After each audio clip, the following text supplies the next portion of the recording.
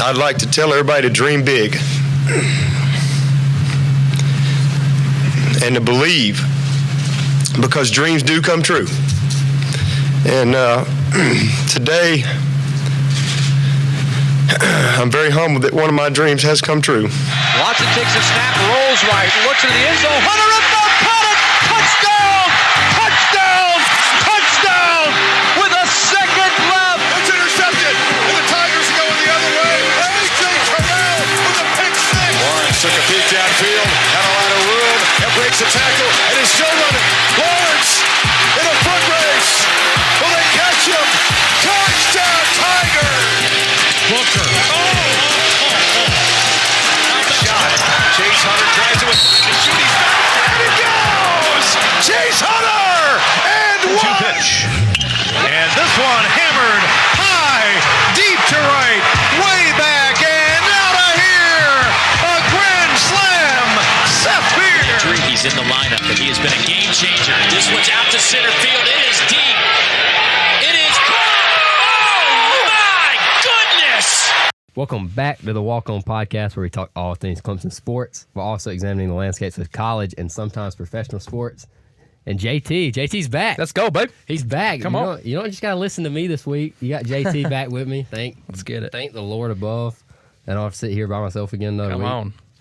JT starting us off, same thing like always. Favorite thing from the sports weekend? Dude, I'm not going to try and let my bias shine too brightly, but it's hard not to with my answer. Okay, so my favorite part from this weekend is watching Cade with the quarterback draw, running up the middle through Pittsburgh's throat and punching in for a touchdown for the win. That really gave me a glimpse. I know we'll talk about it later. It really gave me a glimpse of Trevor Lawrence against Ohio State that one year in the playoffs, and so I'm a big fan of that whole thing. So that would be my highlight of the month, honestly, as a Clemson fan. Big fan of that play. Seeing Cade get up and go. I mean, especially with the concerns that he's had running the football the past couple of years after being talked up as a big dual threat quarterback. Seeing him step up, put the Tigers on his back. Oh yeah. I mean, that was. I'm surprised he didn't trip. Honestly, I kept yelling for him to go out of bounds, run out of bounds. He just saved clock. Yeah, he took that thing all the way. I was telling him to slide once he got in the field goal range. Oh yeah. I was scared he was gonna get lit up. Oh yeah. But dude, let me know what your favorite part was. My favorite part of sports weekend. I've been introduced to a Bowling Green Falcon. Okay. On the basketball team, Marcus Johnson. Okay. Marcus Johnson. He's the new DJ Burns. Oh. Marcus Johnson, 6'7", 265 pounds, averaging 19 points a game. Yet he doesn't get rebounds though. He averages 3 rebounds a game. Oh my goodness. He's a fadeaway menace from the baseline. It's the greatest thing I've ever seen. That's funny. Honestly. But I also have a least favorite thing. Oh, okay. I kind of hit on this yesterday when I was talking to you. Biff Poggi, man. Oh man. I think we cursed Biff Poggi. This is breaking news. You cursed him, not me. You cursed him, dude. But he's fired. I mean, fired. Charlotte, they did away with him. Let me ask you this: Do you think that's right? Is that a good move by Charlotte? Well, Charlotte's kind of been struggling all year, probably. But they've been struggling all my life, honestly. But yeah, I mean, he still showed up to practice the other day, though. Did he really? He still showed up to practice. I don't know if he's in his denial stage. He didn't get the memo. But moving on, before we get to Clemson football, Clemson basketball had a game this weekend, and Clemson soccer, which Clemson soccer got taken down in the ACC championship game in 1-1s with PK, after PKs of 7-6. I think. Yep. To Wake, they got the 9 seed in the tournament. We'll see how far they can go. See if Mike Noonan can go back to back. Yep. But man, we'll credit Clemson real quick. They've been to so many. I've moved here in 2021, and since I've been here in 2021, we've won 2 national championships. Yep. I'm pretty sure that was our 6th ACC championship appearance. Yeah, in the past 6. I think we've been. It might be actually 5 ACC championship appearances in the last 6 years. 6 years, yeah. So that's really saying something about our program. Nobody's talking about it, which stinks. If soccer were just a little bit bigger down south, we would be, you would hear more about it. But unfortunately, that's just not the case. Football takes the throne there. But still, shout out to the guys. They played hard. They hustled. I think there was a little bit of execution issues on the Clemson side of the ball, with shooting and scoring. And, I mean, don't get me wrong, there was execution issues on the other side of the ball as well. Wake Forest had plenty of opportunities. But, man, just a hard-fought game. I think we'll do good in the tournament. Yeah, I don't know if you remember this. I'm just going to hit on this right quick. But I remember watching, I believe it was second OT, and Remy Okunlola, I believe he's the right back, he had a clean cross to Ransford Gian in the middle. And Gian's probably 10 feet from the goal, maybe less than that. just skied it right Yeah. over the net. Yep. I mean, it could have. Dude, all you got to do is put your foot up a little bit higher. Yeah. And that ball will stay low, and that's a goal. Yeah. Goalie was out of position. I mean, chances like that where we could capitalize, just didn't. Yeah, So- but Wake also had some chances. They also screwed up. I mean, Adam Lundegaard had a great tackle saved Oh, yeah. from an opportunity. It's great. But moving on, Sunday was not a fun day to be a Clemson Tiger after a, I mean, almost a miserable performance against Pitt, borderline. Uh-huh. But, Clemson basketball also lost. I mean, they kind of got dominated on the road at Boise. I don't want to say I saw this coming, but I saw this coming. At the beginning of the season, I thought that Clemson basketball would go as far as Chase Hunter could take them. And now I've completely changed that thought because Chase Hunter Sunday had one of the best games I've ever seen from a Clemson basketball player. Dropped 30 points on the road with 6 assists. And he had 20 of those points in the first half. Because completely led the Tigers to a position to win, but nobody else stepped up around him. Boise's got a big team. They were an NCAA tournament. They had an NCAA tournament appearance last year. They're probably going to go back, but they're going to win the Mountain West most likely. But most of all their roster 6-7. But Clemson could not rebound the basketball. Nope. There was too many second chance opportunities for Boise, and nobody else could score. And that's kind of my concern with the Tigers right now. Is even with all the veteran presences that they have on their roster, nobody's taking a step up behind Chase Hunter. Yep.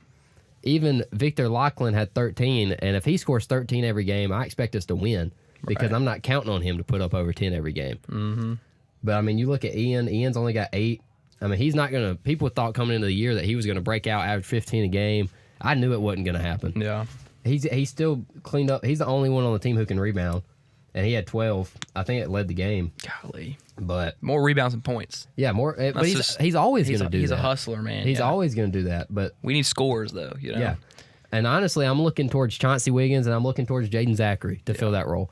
Chauncey Wiggins, though, I mean, the lights have been too bright. The best way to say it, and the lights aren't even bright yet. Mm-hmm. He's 3 for 18 in the past 2 games shooting the basketball, which is just completely unacceptable from a guy that's supposed to be known as your scorer in the starting lineup. Yeah. Jaden Zachary coming from Boston College to Clemson this season. He averaged 11 points a game at Boston College, but you just haven't, apart from one game, you haven't seen that from him offensively at Clemson yet.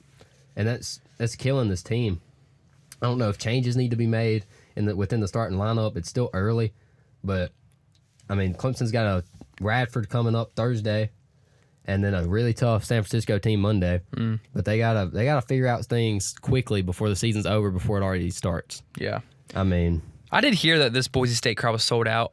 And so it was. They were loud in there. I know they were rowdy. Is that a bigger stadium than Little John? I think or? it's about the same size. Okay. I mean, basketball's pretty big in the Mountain West. Yeah, you ain't never see Little John fill up for a Boise State game. I know that. So they definitely respected us coming in, and we just kind of blew it. So yeah, absolutely. And like I said, Boise's probably going to win the Mountain West Conference. we hope so. Predicted to win it at the beginning of the year, and they have probably the best player in the conference, and Tyson Degenhart. But I was really disappointed with this performance, especially because of how well Chase Hunter performed. It kind of breaks my heart that he puts up 30 points and we only score 41 around him. That doesn't really make any sense to me. Yeah. But moving on, I don't want to get too sad about Clemson basketball, but we got Clemson football, like you said, like you hit on earlier, survived with the late 50-yard touchdown run from Cade Klubnik, and which would be the eventual game-winning touchdown. Electric. With about 1:10 left in the game. Mm-hmm. But JT, honestly, looking at this game, it's hard for me to get excited still about Clemson football. Man, it's we're holding on to the hopes of Miami losing. Really, I don't see SMU losing, but that's what gets me excited. Is that there's still hope. There's still a chance for us to compete at a high level. Still hope. That hope was destroyed early last season, and so we have a privilege to kind of still hope for that ACC championship bid and maybe a playoff bid if we're really hoping. But it was discouraging to watch this team play. It was discouraging to watch their play calls and their effort. I mean, the first half was great. I mean, we had a solid first half. Our third quarter was atrocious. I think it was unexcusable the way we were playing, and also the coaching in the fourth quarter, other than really the last drive, unexcusable. It's questionable. Yeah, you don't pitch it out wide to Phil Maffa, who has been struggling all game. They did a good job of stopping the run. We have to recognize that. And when it's 4th and 1, let's not pitch it outside to our back, who specializes going up in the middle. Yeah. So there's a lot of questionable calls, and you know, Dabo knows that as well. But you know, he's got to adjust. They as a staff has to adjust and recognize that Phil Maffick, he's not going you know, fill that gap that we need in the running game. I think Garrett Riley's a passing offensive coordinator. I think Garrett Riley's effective at the passing game, so we need to use that. Yeah, I really like Garrett Riley's schemes in the passing game outside of most of the screens. But like, you can't even really judge the screens because we don't block them well. Mm-hmm. So like, they don't even have time to set up. But my concern, you hit on the running backs and Maffa in the running game and the coaching, which I agree, all that is a concern for me. But the real big concern for me is the wide receiver drops. This is the second straight game we've had 4 drops in a game from the receiving core, and it could have been the third straight. I didn't really keep up with the count in Louisville, because that wasn't really prevalent to me because we were just getting our tail kicked all game, like it wouldn't have mattered. Mm-hmm. But Antonio dropped the ball twice in this game. Okay. TJ Moore dropped one. Jake Brinkstall dropped a beautiful ball from Cade, and then going back to Virginia Tech, all 3 of those guys dropped one that game as well, with the addition of Bryant Wesco. You don't see Wesco drop one this game, but he also didn't have really too many opportunities to drop one. But I think that's a big concern from this offense. And I don't want to take away from Antonio's career day, because he had 13 catches for about 150 yards and 2 touchdowns, which we haven't seen a receiver do that at Clemson in a long time. Oh, yeah. And he's very, very versatile. I mean, he's probably our best player. Yeah.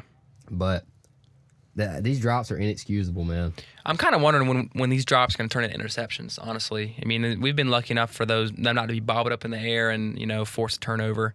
I really wish Jake Brinkstall would step up. We've been saying it all year. We just want more from him, and he just quite hasn't come and stepped into the role yet. I mean, we love to celebrate his achievement last week. You know, the all-time reception leader for tight end. Yeah, for tight so end.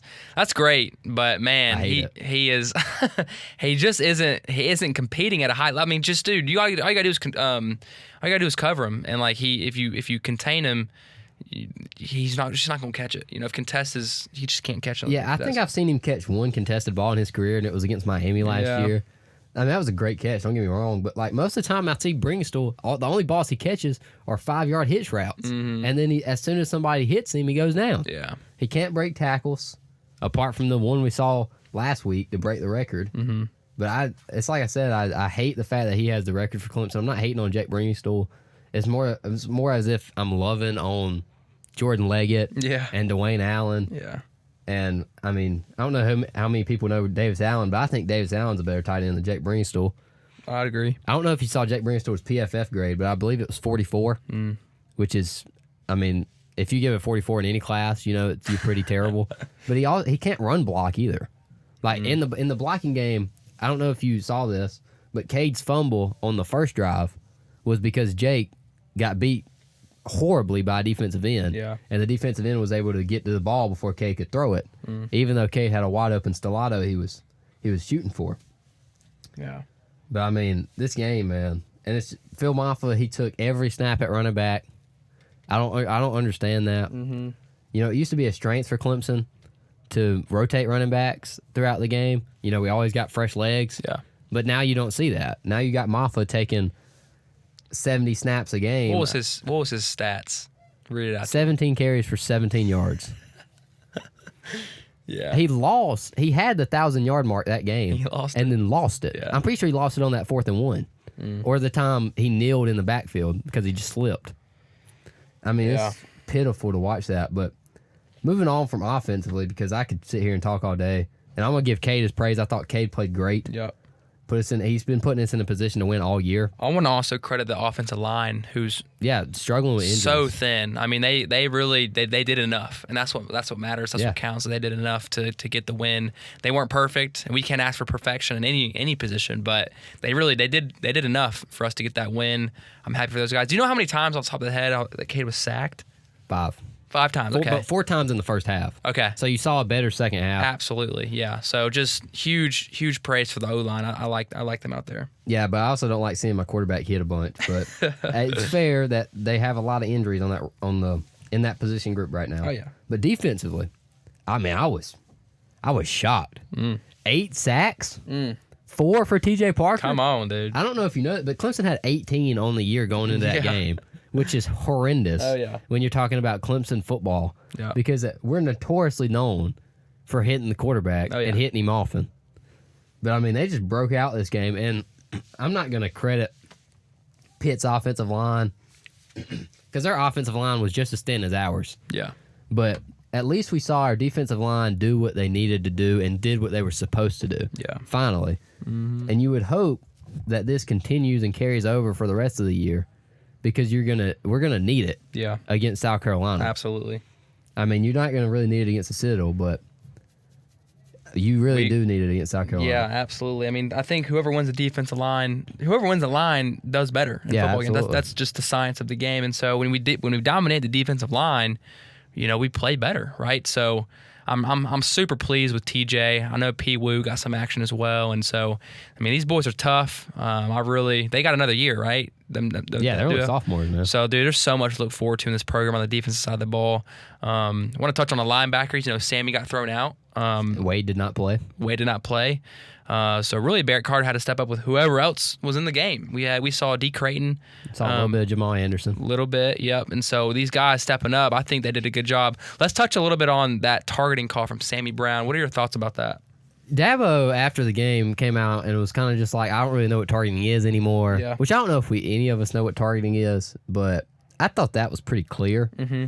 Anytime you see a defender with his head, with the crown of his helmet straight down, no matter if he hits the offense player in the foot or in the crown of the head, it's going to be targeting. Well, think about James Skowski absolutely. with Justin Fields. I mean, that was targeting because he leaned in with the head. Now, did Justin Fields turn his body into James' head? Maybe. But the point is that James led in with the head, with the helmet, crown of the helmet. And so that's what that targeting call is. And Dabo, he should have known that. I don't know. I don't really get the arguing of why that's not targeting. Yeah, I don't either. Unless I'm just missing something. But I mean, Dabo's been coaching as long as I can remember, and so he should have a feel. I know targeting hasn't been around all that long, but I don't know if I agree with Dabo's stance kind of in the press when he's talking about needing a seminar on what targeting really is. I get it. The rule is confusing, but that the reason for Sammy Brown being thrown out, I can understand that even as a Clemson fan. Yeah, absolutely. As soon as it happened, it was kind of just like, oh, he just lit up the quarterback, and then they show the replay, and it's like, okay, he's done. Right. But like you said, I mean, you gotta clap up. Wes Goodwin, he's been people have been coming for his job for the past couple weeks after the Louisville game. Yeah. But I just want to read out another stat here. I don't think he let up more than 50 rushing yards against Virginia Tech. Wow. And he didn't let up more than 100 against Pitt. But he's done a great job. His defense is hurt. They're just as hurt as the offensive line is and the offense is. Yep. You got DeMonte Capehart, your starting D tackle, out. Shelton Lewis, your starting nickel, out. R.J. Mickens went out of that game. That's your starting strong safety. Wade Woodaz did not play, one of your starting linebackers. Sammy Brown got thrown out. That's your other starting linebacker. Oh, yeah. I mean, Jaden Lucas was not performing good. They had to throw in a freshman corner, Ashton Hampton, who I'll praise in a minute. I mean, that's almost 6 starters that you had coming into the game that aren't there anymore. Yeah. And I think he did. I don't care that Pitt had a backup quarterback. Yep. I thought the backup played well. He's pretty experienced in his career. Didn't he used to start for Pitt and then he got benched? He did. Something like that. So I mean, he's also huge. He's massive. He's like 6'6", 6'7". He's tall, and so he's hard to bring down. We did a good job containing. I really want to shout out my boy D. Creighton one time. I know he was thrown in at the end of the first half. He got some butterflies out kind of in that time period, but he really stepped up when we needed him. Yeah, he did. He's a big part of that win, and it's a little bit of. I was concerned once Sammy got thrown out about D. Creighton and a little bit of Jamal Anderson that you would see. Yeah. But because I don't think that the coaching staff, I mean, I'm not saying they don't have trust in him, but they don't have enough trust in him to play as of right now. You would see him more. Yeah. But I was really concerned about that, and I thought he did a good job. He gave up that touchdown to tie it up for Pitt to their stud tight end. But, I mean, you can't really ask him to do much in coverage against one of the best tight ends in the ACC. Yeah. And Gavin Bartholomew. I thought his name was Garrett, but Gavin. But I thought the defense played great, and they kept us in this game like they've did the past 2 weeks. Yeah. I mean, the defense has been the recipe the past 2 weeks, and hopefully you see that continue because I don't know how much our offense is going to improve or we'll see against South Carolina And I'm not really hitting on the Citadel game, but we'll hit on that in the preview. Yeah. But moving on, I want to get away from Clemson football. Let's do it. I just want to talk about what happened in the games around the country. Don't want to spend too long on each one of these, but I just want to hit on them. You got Texas at Arkansas.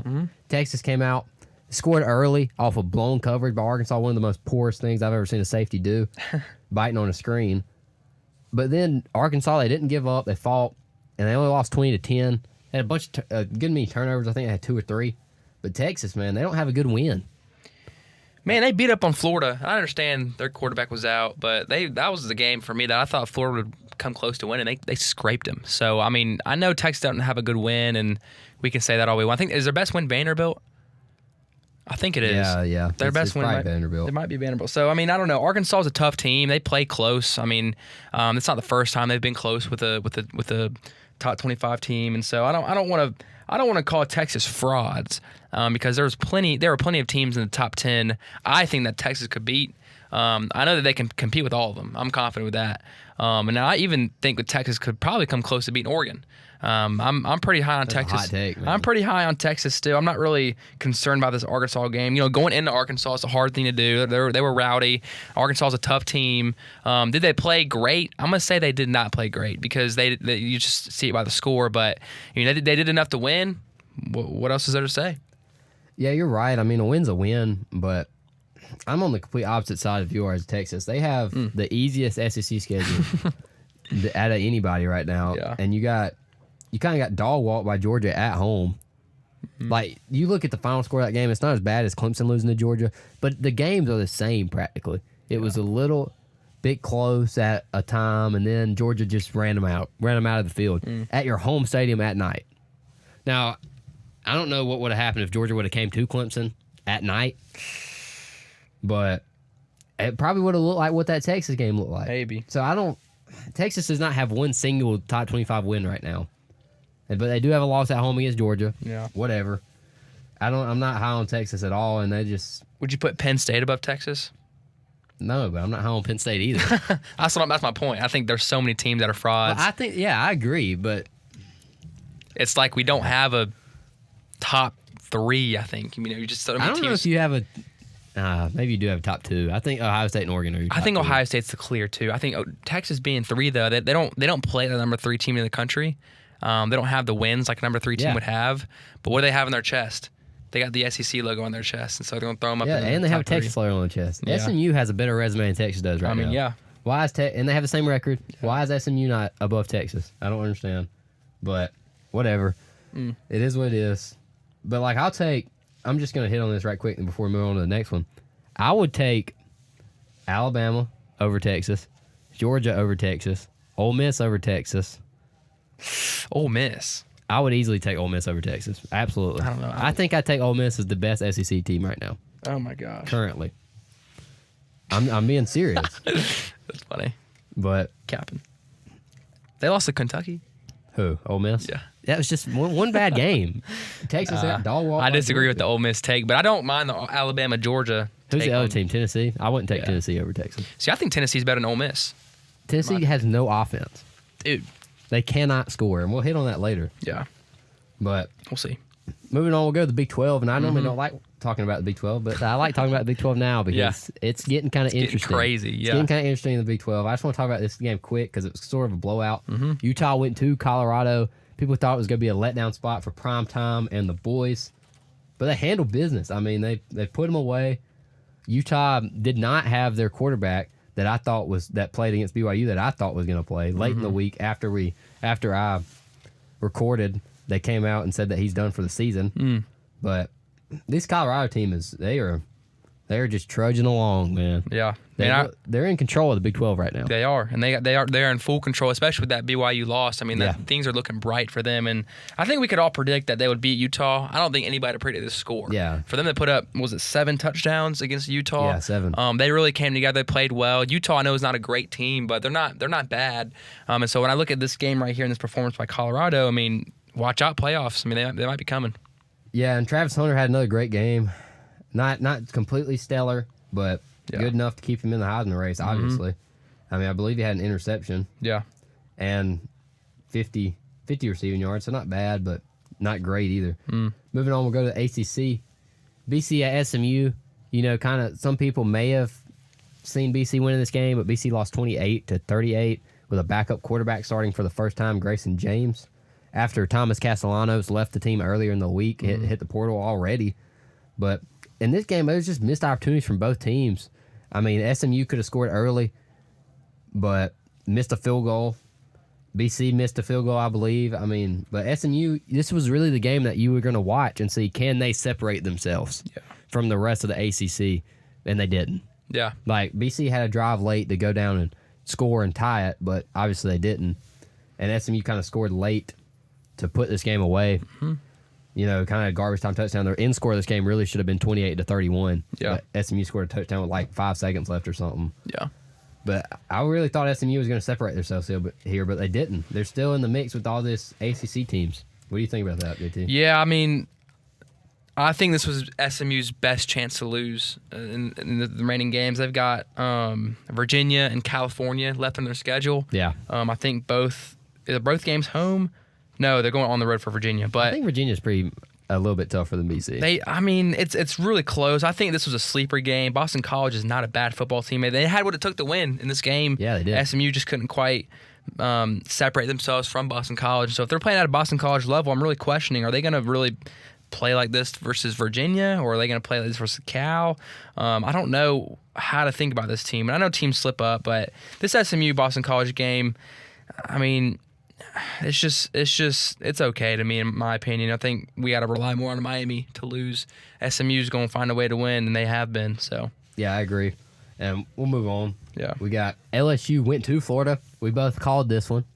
Oh yeah. LSU went down 16-27 to a hurt DJ Lagway. You know, I was saying all week, you know, JT kind of said that he thought he likes Texas blowing out Florida because even though they're back up, third-string quarterback played, but I don't think he understands, and I don't think many people understand. Florida's third-string quarterback is a terrible football player. Yeah, it's not good. He is horrendous. And that's as any third-string quarterback would be, honestly. So I mean, yeah, I would like to think Trent Pierman's a little bit better. I mean, you ain't wrong. But DJ Lagway came into this game hurt. He didn't even. I was saying all week, if DJ Lagway plays, they win. But I thought they were going to win because of Lagway's running ability. Yeah. But Lagway couldn't move. Yeah. But this game was I want to talk about this game a little bit because this game was the opener. It was DJ Lagway's, hey, I'm here. I was watching this game, and Lagway, this is going to end up being one of the biggest quarterback misses Clemson's ever had because he was so close to coming to Clemson. Yeah. But there was a throw late that he stepped up in the pocket. He had both his tackles were kind of destroyed. Both the DNs coming at him to sandwich him. He steps up, takes a hit from the linebacker and the DNs, and just kind of flicks his wrist. Yeah. And throws one 30 yards downfield to a receiver down the middle of the field. And it kind of, I was just like, yeah, that's a big time throw. Oh yeah. And his arm is a great talent, but I think his legs are better for him. And he won against LSU team that people thought, you know, is good without his legs.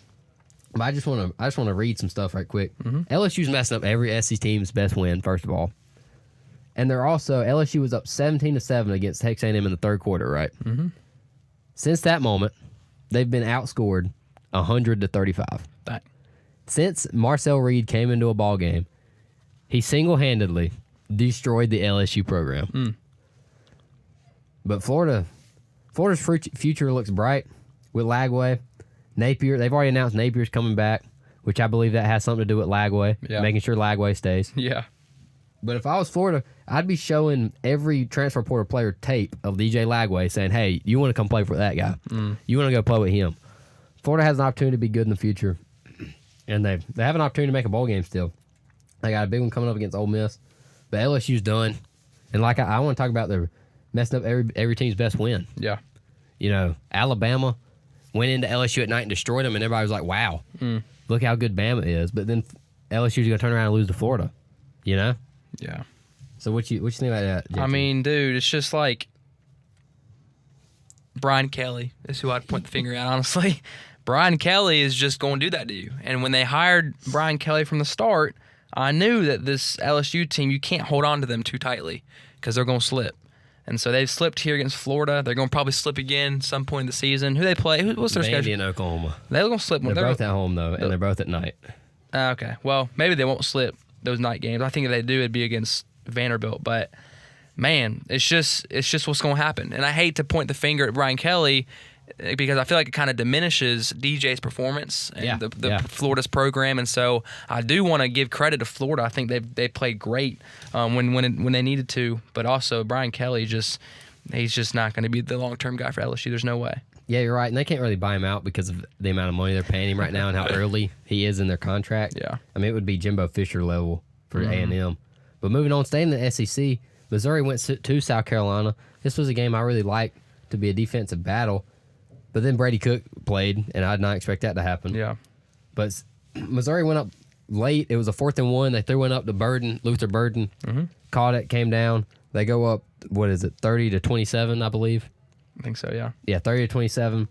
And then they had like a 95% chance to win on ESPN or something like that. And then Lenore Sellers comes out there. Mm-hmm. And you kind of like Cade. I mean, both the South Carolina home teams had game-winning drives by their, I guess Cade, do you count Cade as young still? I mean, he's technically a junior. I'm going to count as young, dude. They're both young quarterbacks. Yeah. Both quarterbacks that are coming back lead a game-winning drive and just sweeten this matchup that we're going to get in a couple weeks. Yeah. And Lenore Sellers had the best game of his career, throwing for 350 yards, 5 touchdowns. He didn't really, he always runs the rock, and it's off-platform ability. But people were talking about Lenore's yards, and I don't want to discredit him, but a lot of them just came on like off-platform broken tackle plays. And how many games are you going to get that? How many games are you just going to consistently break tackles from DNs, go off-platform, and throw into a wide-open receiver that runs 30 yards downfield for you? Yeah. Like, I want to see Lenore Sellers' air yards. I don't know where I would get that stat from, but that's what I want to see how great he actually performed compared to how great his receivers just did in open space. Yeah. But, this is a big game for South Carolina. Big win. Big win. Yeah. And we were talking about this earlier. I hate how Missouri didn't move in this college football playoff ranking. Yeah, we're going to talk about that in a second. We won't talk. I'll save it then. But I hate that. Yeah, that's a horrible thing about the committee. But we'll get to that later. That's fine. Yeah, moving on, I want to go to Louisville and Stanford right quick. Stanford had a last-second field goal to win. This was a home game for Stanford. I didn't really think this game was going to be close, but this is, if Virginia plays a little spoil this week with SMU, this game right here might keep Clemson's odds in the hopes for AC championship game high, as long as Virginia beats SMU. Because Louisville losing is going to move them down the ACC standings. Yeah. Yeah, we need Louisville to lose because right now, head-to-head, Louisville beat Virginia. So Louisville they're 4-3 right now. They sit 4-3. They have to lose pretty much against Pittsburgh. Yeah, they have to. And Virginia has to win out. And so that's another scenario that nobody's really talking about. If Clemson, that's the way Clemson could come to the playoffs. If SMU loses to Virginia beats SMU, they beat Virginia Tech on the road, and Pittsburgh beats Louisville, then that's another way we can get in. Yeah, absolutely. And it's very possible with this Louisville loss. Yep. Moving on, I want to go to Tennessee at Georgia. And just another one of these games where Georgia comes out and they show that they're still a Georgia. Yeah. After weeks of seeing them struggle, Carson Beck came out and showed he was that guy, used his legs, shocked me. But Tennessee's offense is non-existent. They can't throw the football. Yeah. They can't. Nico cannot throw. I don't know if they can't block it really. And they look so good in September. Yeah. Just kind of fell off a cliff after that. Yeah, once SEC play hit, their offense has not done anything. Yeah. This was the first game all season Tennessee's defense gave up over 20 points in the game. That's pretty crazy. But this game was close going into halftime. I believe was it tied or was Tennessee up? I don't remember. It was either 17, it was close though. It was either 17-17 or 17-14 Tennessee.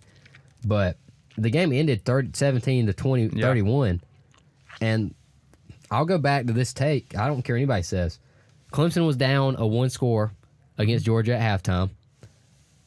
Texas was kind of close to Georgia at halftime. Tennessee's leading or tied with Georgia at halftime. Yeah. And then you come out and you play like garbage in the second half. What's different about these Tennessee games and Texas games versus Georgia than Clemson's game versus Georgia? Yeah, it's Other not than much. the SEC logo on their chest. Yeah, not much. It's ridiculous to me that Tennessee is Still probably good. They're probably gonna make playoffs, and their offense is non-existent. Yeah. I mean, their offense is on the level of non-existent as Clemson's offense was last season. But would you pick like SMU to beat Tennessee if you had to? Maybe, yeah. I don't hate that. I'm serious. I don't hate that. Tennessee cannot move the football offensively. They can't do it. Yeah. I mean, Nico. Oh man, I don't even want to get. I don't know what's wrong with him. He can't hit a deep ball. He can run. That's about the only good thing Nico offers. Mm-hmm. But Tennessee's defense is probably. I think Tennessee has the best defense in the country. I'll go ahead and say that. Yeah. Which is the only thing that's keeping them alive. Which just shocks me with Josh Heupel. But I don't know if both these teams are still playoff teams. I mean, Tennessee has an opportunity to still slip up later on. Maybe even Georgia. Oh yeah. But moving on, we'll go to Arizona State at Kansas State. This shocked me.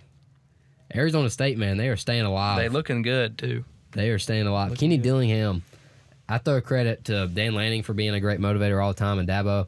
But Kenny Dillingham's one of the youngest coaches in college football right now. Took almost a no way you succeed type of job at Arizona State with the sanctions they were under. Right. And Flipped it.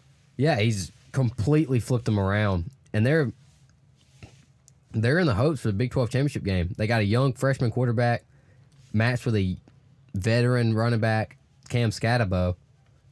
And they dominated it from the start and didn't look back. Got up 24-0 early, and then they kind of just coasted the rest of the game. Mm-hmm. But this Arizona State team, they have an opportunity to make the playoffs still. Yeah, they're still alive, and they're looking good. I mean, I think in some rankings, people had Arizona above Clemson, so it says a lot about this program, where they're going. Kansas State's a good football team. What were they ranked in this game? Were they 16? Who, Kansas State? Kansas State. I believe so, 16 or 17. Something like that, and Arizona stomped into their home place and beat them. So props to Arizona State for that one. Yeah, another wild one in the Big 12. Kansas went to BYU. Yeah. And we saw Kansas play spoil last week against Iowa State. Yeah. But they did it with an offensive attack, scoring 45 points. This week, they switched it up. And they say, hey, you don't think we play defense? Watch us play defense, and they won the game 17-13. Yeah. And I'll keep saying it. Kansas has a top 2 roster in the Big 12. Interesting. Easily. I mean, with Jalen Daniels and their Devin Neal, the running back, the receivers are good. Colorado's got to be one for you then, right? Yeah, absolutely. Okay. Easily. And then, but BYU, I mean, BYU's putting themselves in a horrible situation. Yeah. They have Arizona State this week, and we'll get into that in the next episode. Yeah. But they have to win out to make the Big 12 championship game. I'll say this about this game right here, this Kansas at BYU game. Boise State fans are drooling at this game. You know, they bumps BYU back a lot. Yep. Boise State fills the gap, and they take in these recent rankings as the 4 team in the playoff. Yeah, and I've been saying it for weeks. You have been. Yeah. That Boise deserves that top 4 ranking, but getting back to this BYU game, BYU just had bad turnovers. They had some turnovers a turnover in the red zone that killed them. But I mean, it's pretty. It was just pitiful on BYU's part, man. Yeah. You can't start the season 9-0 and then just throw it away late. And they're still alive, but I don't have much confidence going forward in this BYU team, unfortunately. I'm right there with you, bro. Yeah, and did I hit on the records earlier? On our records, I don't think I did. I don't think you did. Yeah, getting back to our records, I mean, I went 9-1 last week. You did, man. bro. Props. JT went 8-2. And I'm coming back on him. I'm sitting at 24-11 right now. JT 28-7. 4 wins up, so I gotta maintain what I got. Yeah, JT's got to maintain it. We'll get into our picks on the next episode. The last thing we're going to hit on here is the current playoff rankings and our thoughts on the rankings. JT, do you have your rankings? Or you just going to give your top 25, top 12? You want my prediction, my thoughts on the playoff rankings? You want my own rankings? Both. Well, I'll start right here. This is what I was saying earlier. I hate that Missouri didn't fall 1 spot after losing to South Carolina. That's just, if you lose a game, the moral from what I'm used to is you drop a spot. That's how Missouri it works. went up, didn't they? No, they stayed at 23. They didn't move. And so I know if Clemson were to lose to South Carolina, we're moving down the rankings. Yeah, no matter how we lose. And you know why? It's because we won't have an SEC logo on our chest. So that's I'm really frustrated that Missouri didn't move at all. The only other problem I have is that SMU is ranked above BYU 1 spot. Yeah. What is the hurt in flipping them to? BYU beat SMU this year, and so what is the damage flipping those 2 teams? I don't know. They got it right with Ole Miss, Georgia, so props to them with the head-to-head. But head-to-head has got to be the number 1 factor in ranking teams. It has to be, because if a team is one, especially it gets me when they're 1 spot down. It just makes me mad. So, I mean, I wasn't too frustrated with the polls. I actually have Clemson at 19 in my polls. So I'm not hating it, but there are ways it could have been better. I think I have Indiana above Penn State. That's an obvious one for me. I've got Notre Dame at 7. They're between the Alabama mix with the SEC teams. You have but Alabama at 6. Alabama 6. And I actually have Ole Miss. It goes Alabama 6, Notre Dame 7, Ole Miss 8, Georgia 9, and Tennessee's 10. So Where do you have Miami at? Miami's 11. I don't have them in Okay, my top 10. I like that. I was don't going think to get into that. Yeah, Miami lost a horrible game against Georgia Tech. They've played close pretty much to every team they've played all year. Got bailed out several times, and so I can't quite put them above this 2-loss SEC mix. But Yeah, I agree. My concern, it's like you said, I'm pretty fine with these rankings. I thought they did a decent job outside of the SMU being over BYU and Missouri being ranked. They shouldn't even be ranked. The only reason they're ranked is because it gives other SEC teams saying an opportunity to say, hey, I have a ranked win. yeah, That's the only reason they're ranked. And, like, I don't think Missouri, and UNLV, I have a problem with UNLV being ranked too. Why is Missouri and UNLV ranked over Syracuse? Syracuse went on the road and beat UNLV, and they have the same record. yeah. So why is And Syracuse is playing Power 4 teams. Yeah, why is Syracuse not ranked right now? I don't know. And it's the same thing with Illinois being ranked. It's, hey, let's give a Big Ten team another top 25 win. Yeah, But I'm pretty fine with the rankings other than that. yeah. BYU should be over SMU. And then I want to hit on one more thing. Miami should not be number 8. I agree. SMU and Miami are both ACC teams. SMU has a loss to BYU, who's ranked. Miami has a loss to an unranked Georgia Tech team. So why they have the same record? So why is SMU under Miami, or why are they not just side by side? Couldn't tell you. Like, at least put them 12 and 13. Yeah, That's ridiculous to me. But I want to get into my rankings. let's do it. I have Oregon 1, Okay. projecting them to win this is the playoff rankings. This is not actual rankings, so I'm gonna give my bias. Oregon's 1, number 1 overall seed. I have Alabama at 2. I think they're gonna win the SEC. Alabama ranked. Oh, for the playoff. Okay. Yeah, I'm assuming they're gonna win the SEC. Okay. SMU 3 Okay. and Boise 4. Interesting. Alabama has the best. The reason I have Alabama is not just because, hey, it's Alabama, let's put them with a bye. It's Alabama has the best shot to get to the SEC championship game because of their combined conference opponent winning percentage. They have the best conference opponent winning percentage, and they're probably going to get to the SEC championship game if they don't drop one. Who do you have winning the Big 12? I'll get there. Okay, keep going then, bro. I'll get there. Ohio State's at 5. Okay.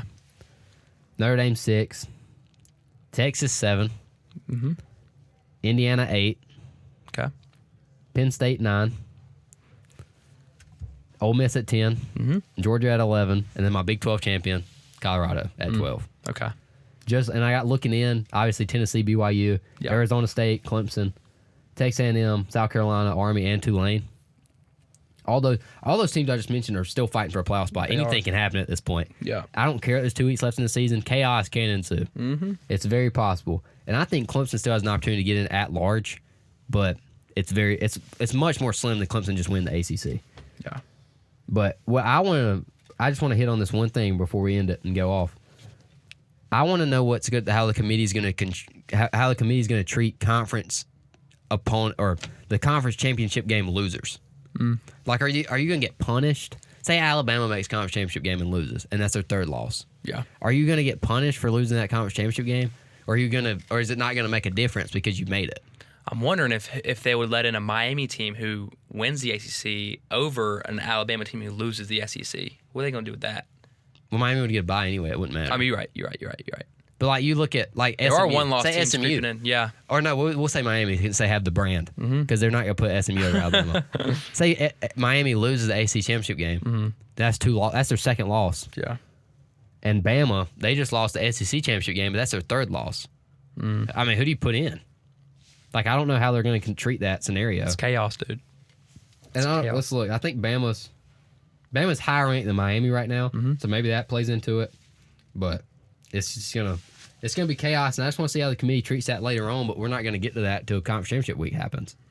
So, and this will be the first year they set precedent for it, so it's going to matter a lot. Yeah.